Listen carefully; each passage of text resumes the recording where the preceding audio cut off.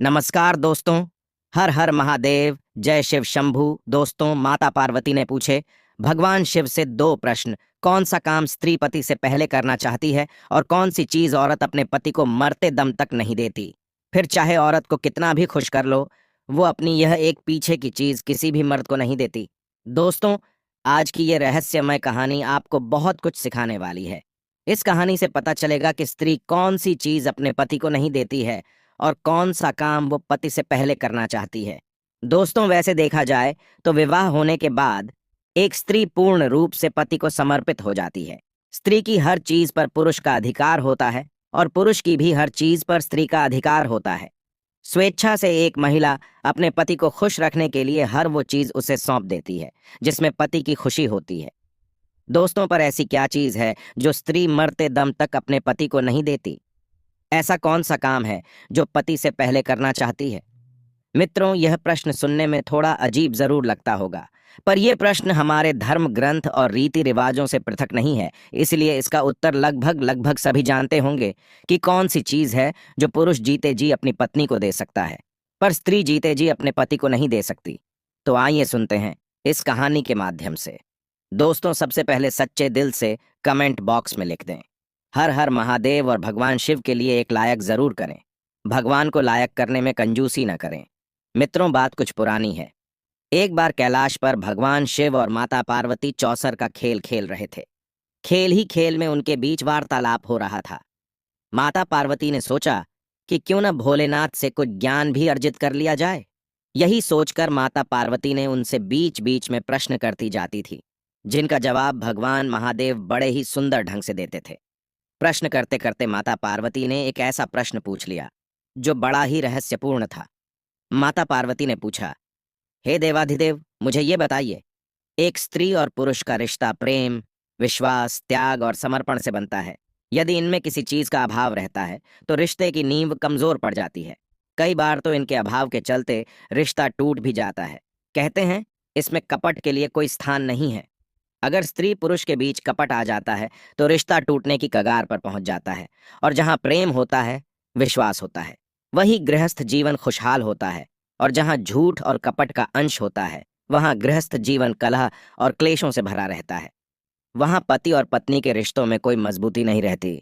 इसलिए मैं ये जानना चाहती हूँ कि स्त्री कौन सी चीज अपने पति को मरते दम तक नहीं देती और कौन सा काम वो पति से पहले करना चाहती है, जबकि हर काम में स्त्री अपने पति को ही आगे रखती हैं। फिर ऐसा कौन सा काम है जो वो पति से भी पहले करना चाहती है? दोस्तों, माता पार्वती के दोनों प्रश्नों को सुनकर भगवान शिव मुस्कुराते हुए बोले, हे देवी, जिन प्रश्नों के उत्तर तुम जानना चाहती हो उनके जवाब मैं तुम्हें एक कहानी के माध्यम से सुनाता हूं। ध्यान से सुनो। धरती लोक पर एक बड़ा ही सुंदर नगर था। उसी नगर के राजा के बेटे का विवाह होने वाला था। राजा के महलों को, नगर की गलियों को फूलों से, रंगों से सजाया जा रहा था। उधर राजकुमार का विवाह जिस कन्या से होने वाला था, वो बहुत ही रूपवान थी। राजकुमार अपने कक्ष में पड़ा हुआ राजकुमारी के बारे में सोच रहा था।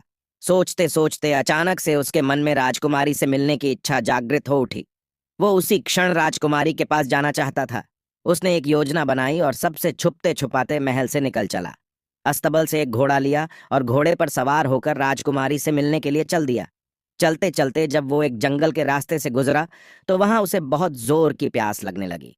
अब तो राजकुमार पानी की तलाश में इधर उधर भटकने लगा। कहीं कोई जलाशय दिखाई नहीं दे रहा था। यदि कहीं कोई नदी या तालाब मिल भी जाता तो उसमें पानी नजर नहीं आता। इस प्रकार प्यास से व्याकुल होकर राजकुमार एक झोंपड़ी के पास पहुंचा। वहीं पास में ही एक कुआं दिखाई पड़ा। कुआं को देखकर उसे कुछ उम्मीद जागी कि शायद इस कुएं में पानी हो। राजकुमार ने कुएं में झांक कर देखा तो सचमुच कुएं में पानी भरा था। पानी को देखकर उसकी प्यास और भी तीव्र हो उठी। अब तो उसने बिना देर किए कुएं से जल निकाला और पानी पीने लगा। जब उसने पेट भर के जल पी लिया, तभी क्या देखता है कि उस झोपड़ी से एक बुढ़िया निकल कर आती है। वो बुढ़िया उस राजकुमार को कहने लगी, हे मुसाफिर, कहीं तुमने इस कुएं का जल तो नहीं पी लिया? यदि तुमने इस कुएं का जल पिया है तब तो तुमने बहुत बड़ी भूल कर दी है। ये कुआं शापित है। इस कुएं का जल पीने वाला मनुष्य नरभक्षी बन जाता है। आज से तुम भी हर रोज रात होते ही नरभक्षी बन जाओगे। उस समय तुम्हारे पास जो मनुष्य आएगा तुम उसका भक्षण कर लोगे। उस समय तुम ये नहीं सोचोगे कि ये मेरी माता है, ये मेरे पिता है। ये मेरी पत्नी है, ये मेरे भाई है, या ये मेरी बहन है, उस समय तुम्हारे निकट दिखाई देने वाला मनुष्य या पशु सिर्फ तुम्हारा भोजन होगा दोस्तों। उस बुढ़िया के मुख से श्राप की बात सुनकर राजकुमार बड़ा दुखी होने लगा। कहने लगा, माताश्री, तब तो मैंने इस कुएं का जल पीकर घोर अनर्थ कर डाला है। ऐसे तो मैं ना जाने कितने मनुष्यों को हर रोज अपना आहार बनाऊंगा, जिसमें मेरे अपने भी शामिल हो सकते हैं। मित्रों, राजकुमार विनती करके बोला, हे माई, क्या इस श्राप से मुक्त होने का कोई उपाय नहीं है? यदि नहीं है तो मैं अपने आप को ही खत्म कर लूंगा, जिससे मैं किसी दूसरे को मारकर अपना भोजन ना बनाऊं। तब बूढ़ी माँ कहती है, बेटा, श्राप से मुक्त होने का उपाय तो है, यदि आप कर सको तो। राजकुमार बोला, हे माँ, से श्राप मुक्त होने के लिए मैं काल से भी लड़ जाऊंगा। तुम बताओ तो सही। तब बुढ़िया कहती है, बेटा, यहाँ से कुछ मील की दूरी पर एक ऊंचा सा पहाड़ है। उस पहाड़ पर हरे भरे पेड़ पौधों से भरा हुआ जंगल है। उसी पहाड़ पर एक कायाकल्प नाम की बूटी है। यदि तुम उस बूटी का रस निकाल कर पी लोगे तो तुम इस भयंकर श्राप से मुक्त हो सकते हो। लेकिन इतना ध्यान रखना, रात होने पर तुम किसी एकांत स्थान पर जाकर छुप जाना। यदि आप कहीं मनुष्यों की बस्ती में ठहर गए तो ना जाने कितने निर्दोष मनुष्य तुम्हारा आहार बन जाएंगे। मित्रों, राजकुमार ने कहा, ठीक है, मैं इस बात को भली भांति ध्यान रखूंगा। इतना कहकर राजकुमार उस कायाकल्प औषधि को ढूंढने के लिए चल दिया। इधर माता पार्वती और भगवान शिव इस दृश्य को देख रहे थे। पार्वती जी कहने लगे, प्रभु, कुछ समझ में नहीं आ रहा है कि आप मेरे प्रश्न का उत्तर किस प्रकार देना चाहते हैं। भगवान शिव बोले, देवी, धैर्य रखें, आपको आपके प्रश्नों के जवाब इसी कहानी से मिलने वाले हैं। आप बस इस कहानी को ध्यान से सुनते जाइए। उधर वो लड़का राजकुमार बड़ा चिंतित होता हुआ उस पर्वत की ओर बढ़ता जा रहा था। औषधि वाला पर्वत वहां से काफी दूर था। इधर अंधेरा भी हो चला था। राजकुमार ने सोचा कि अब आगे का रास्ता मैं सुबह सूर्य निकलने के बाद तय करूंगा। पहले मैं किसी निर्जन स्थान पर जाकर रात गुजार लेता हूँ। यदि मैं नरभक्षी बन गया तो मेरे द्वारा निर्दोष लोगों की जान चली जाएगी। मित्रों, राजकुमार अब राजकुमारी से मिलने का विचार तो त्याग ही चुका था, क्योंकि वो जानता था कि इस दशा में राजकुमारी से मिलना भी उसके लिए हितकर नहीं है। वो राजकुमार गांव और नगरों को बचाता हुआ जंगल की ओर चला गया, जहां किसी मनुष्य के आने जाने का मार्ग नहीं था। उसने अपने आप को एक पर्वत की गुफा में बंद कर लिया। इधर काफी रात हो चली थी। वो राजकुमार नरभक्षी के रूप में परिवर्तित होने ही वाला था। इधर दोस्तों, राजकुमार ने जिस गुफा में अपने आप को छुपाया था, उसी गुफा में एक बड़ा ही खूंखार भेड़िया रहता था। वो भेड़िया आए दिन लोगों की जान लेता रहता था। चारों तरफ लोगों के मन में उस भेड़िए को देखकर दहशत बनी हुई थी। जब वो राजकुमार गुफा के अंदर पहुंचा तो उसे एक खूंखार भेड़िया गुफा के अंदर बैठा मिला। उस भेड़िए ने राजकुमार को देखा तो मन में बड़ा खुश हुआ कि आज तो घर बैठे ही भोजन चलकर आ गया। भेड़िया गुर्राता हुआ उस राजकुमार की ओर जाता है। वो उसे खाने ही वाला था कि इतने में राजकुमार पर उस श्राप का असर होने लगा। पल भर में ही वो मनुष्य से नरभक्षी पिशाच के रूप में बदल गया। भेड़िए ने देखा कि ये तो कोई मुझसे भी अधिक खूंखार जानवर है। वो एकदम से डर गया और अपने आप को छुपाने के लिए जगह ढूंढने लगा। नरभक्षी राजकुमार भी भेड़िया को देखकर उसके ऊपर टूट पड़ा और थोड़ी ही देर में वो भेड़िए को मारकर खा जाता है। इस प्रकार राजकुमार ने नरभक्षी के रूप में रात उस गुफा में बिताई और सुबह होते ही वो अपने रूप में आ गया। राजकुमार गुफा से निकलकर आगे की राह तय करने लगा। तभी कुछ गांव के लोगों ने देखा कि यह नवयुवक तो उस दिशा से आ रहा है जिधर वो आदमखोर भेड़िया रहता है। लोगों को उसे जीवित देखकर बड़ा आश्चर्य हुआ। सब लोग पूछने लगे, अरे भैया, तुम कौन हो और इधर कहाँ से आ रहे हो? इधर तो एक बड़ा ही खूंखार भेड़िया रहता है जो लोगों को मार कर खा जाता है। तुम भला जीवित कैसे बचे?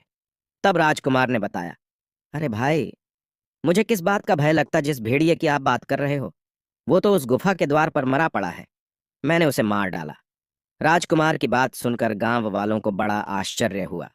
वे सब इस बात की पड़ताल करने के लिए गुफा के पास गए तो देखा सचमुच वो भेड़िया मरा पड़ा था।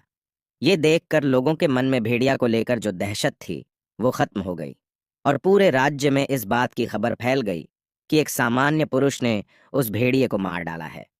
जब ये बात वहां के राजा को पता चली तो वो राजा उस राजकुमार को मिलने के लिए अपने महल में बुलाता है और कहता है, हे वीर युवक, तुमने उस भेड़िया को मारकर हमारी प्रजा को निर्भय कर दिया है।